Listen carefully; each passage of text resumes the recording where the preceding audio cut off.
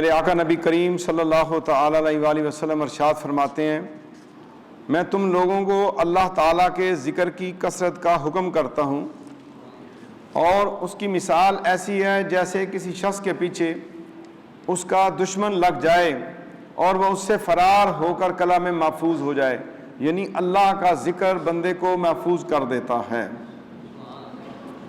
تو اللہ کے ذکر سے اپنے دل کو معمور رکھیں، اپنی زبان کو تر رکھیں۔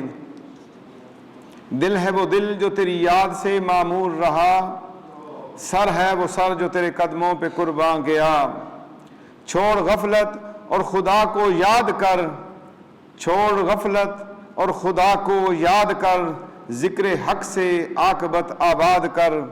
جس دل میں تیری یاد ہے وہ شاد ہے، آباد ہے۔ اللہ کی یاد جس دل میں ہے، جس دل میں تیری یاد ہے وہ شاد ہے، آباد ہے۔ جو یاد سے غافل رہا، ناشاد ہے، برباد ہے۔ اللہ کے ذکر سے جو غافل ہو جاتے ہیں وہ دنیا میں ذلیل و رسوا اور آخرت کے اندر بھی اندھے اٹھائے جائیں گے۔